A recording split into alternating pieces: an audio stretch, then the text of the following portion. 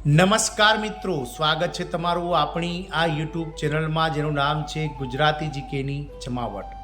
તો દેશમાં જ્યારે વર્ષ 2020માં કોવિડ-19 એટલે કે કોરોનાની વિકટ પરિસ્થિતિ ઊભી થઈ હતી ત્યારે સરકારે પણ મિત્રો સરકારી કર્મચારી અને મિત્રો વિવિધ જે જનતા માટે ખૂબ જ સરાહનીય કામગીરી કરી હતી.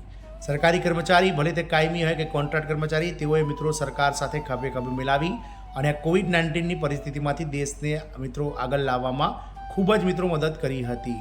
તો આ તમામ જે માહિતી છે તેમાં આપણે એટલા માટે વાત કરી રહ્યા છીએ કે આ રાજ્ય સરકાર દ્વારા કોવિડ-19 એટલે કે કોરોના સમયે મિત્રો મૃત્યુ પામનાર સરકારી કર્મચારીઓની સાથે સાથે કોન્ટ્રાક્ટ આઉટસોર્સિંગ અને દૈનિક વેતન મેળવતા કર્મચારીઓના પરિવારો માટે ખૂબ જ મહત્વના સમાચાર બહાર પડ્યા છે. મિત્રો હવે રાજ્ય સરકાર કોવિડ-19માં મૃત્યુ પામેલા કોન્ટ્રાક્ટ અને કરાર આધારિત તેમજ આઉટસોર્સ કર્મચારીઓના પરિવારોને પણ કરુણાપૂર્ણ નિમણૂક આપવામાં આવશે, એટલે કે રહેમ રાહે નોકરી આપશે. એના માટે મિત્રો વિધાનસભા મોન્સૂન સત્રમાં જે છે તે બિલ પણ પસાર કરવામાં આવી છે. જાણીએ આજના વિડીયોમાં વિગતવાર કે કઈ રાજ્ય સરકાર દ્વારા રાજ્યના આઉટસોર્સિંગ કોન્ટ્રાક્ટ કર્મચારીઓ માટે જે છે તે મિત્રો કોવિડ-19માં મૃત્યુ પામ્યા હોય તેમના પરિવારોને રહેમ રાહે નોકરી આપવાની વાત કરવામાં આવી છે. તેને લઈ અને વિડીયોમાં આપણે વિગતવાર ચર્ચા કરીશું. તો વિડીયોના અંત સુધી આ બન્યા રહો. જો ચેનલમાં પહેલીવાર વિડીયો જોતા હોય તો ચેનલને લાઇક, શેર અને સબસ્ક્રાઇબ કરવાનું ભૂલશો નહીં, જેથી કરીને ચેનલ પર મૂકવામાં આવતા આવા કોન્ટ્રાક્ટ કર્મચારી મિત્રો, સરકારી કર્મચારી, પેન્શનર્સ વગેરેના સમાચારો અમારા ચેનલ પરથી તમને મળી જાય.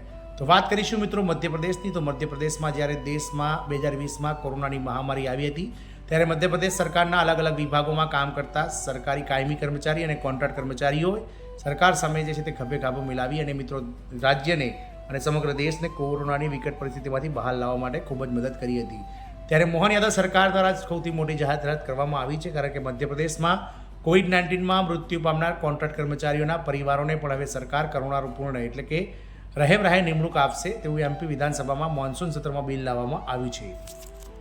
કોરોના સમયગાળા દરમિયાન મૃત્યુ પામેલા કોન્ટ્રાક્ટ કર્મચારીઓના પરિવારોને કરુણા ભરતી મળશે. મધ્યપ્રદેશ વિધાનસભાના ચોમાસુ સત્રમાં નાયબ મુખ્યમંત્રીએ માહિતી આપી છે. આપ સૌને જણાવી દઈએ કે 2020માં જ્યારે સમગ્ર વિશ્વ કોરોનાની વિકટ પરિસ્થિતિનો સામનો કરી રહી હતી ત્યારે કોરોના સમયગાળા દરમિયાન આવા જીવ ગુમાનાર કરાર આધારિત કર્મચારીઓના આશ્રિતોને સરકાર કરુણા ભરતી આપવાનું વિચારી રહી છે. આ માહિતી નાયબ મુખ્યમંત્રી ડૉક્ટર રાજેન્દ્ર શુક્લાએ વિધાનસભામાં એક પ્રશ્નના જવાબમાં આપી હતી. આ દરમિયાન વિધાનસભામાં પરિવહન વિભાગની એક મોટી અનિયમિતતામાં પ્રકાશમાં આવી છે. એક પ્રશ્નના જવાબમાં સરકારે કહ્યું છે કે રાજ્યના ભોપાલ, ઇન્દોર, ગ્વાલિયર અને જબલપુર વિભાગોમાં ચાલતા પેસેન્જર વાહનો અને માલવાહકો પર માસિક અને ત્રિમાસિક મોટર વાહન કરના 2474 કરોડ રૂપિયા બાકી છે. મૃતકોના પરિવારોને લાભ મળશે. પ્રશ્નકાળ દરમિયાન કોંગ્રેસના ધારાસભ્ય ચૌધરી સુજીતસિંહે કોરોના સમયગાળા દરમિયાન મૃત્યુ પામેલા કર્મચારીઓના પરિવારના સભ્યોને કરુણા ભરતી નિમણૂક આપવાનો મુદ્દો ઉઠાવ્યો હતો. બીજી તરફ પ્રશ્નના જવાબમાં નાયબ મુખ્યમંત્રી રાજેન્દ્ર શુક્લાએ કહ્યું હતું કે આ બાબત પર વિચાર કરવામાં આવશે, પરંતુ જેમને વીમા તરીકે 50 લાખ રૂપિયા મળ્યા છે તેમને કરુણા ભરતી નિમણૂક આપવી કે નહીં તે અંગે પણ વિચારણા કરવામાં આવશે. બીજી તરફ વિધાનસભામાં એક પ્રશ્નના જવાબમાં પરિવહન વિભાગના અધિકારીઓની બેદરકારી સામે આવી છે. કોંગ્રેસના ધારાસભ્ય લાલા બચ્ચનના પ્રશ્નના જવાબમાં વિધાનસભામાં સરકારે આપેલ જવાબમાં કરોડોના બાકી લેણાનો ઉલ્લેખ થયો છે. સરકારે કહ્યું છે કે મધ્યપ્રદેશમાં ભોપાલ, ઇન્દોર, ગ્વાલિયર અને જબલપુર વિભાગોમાં ચાલતા વાહનો પર ટેક્સના રૂપમાં રૂપિયા 2474 કરોડ રૂપિયાના લેણા બાકી છે. આ ઉપરાંત 34,523 એવા કેસ છે જેમાં 6 મહિનાથી વધુ સમય માટે ટેક્સ વસૂલવાનો છે.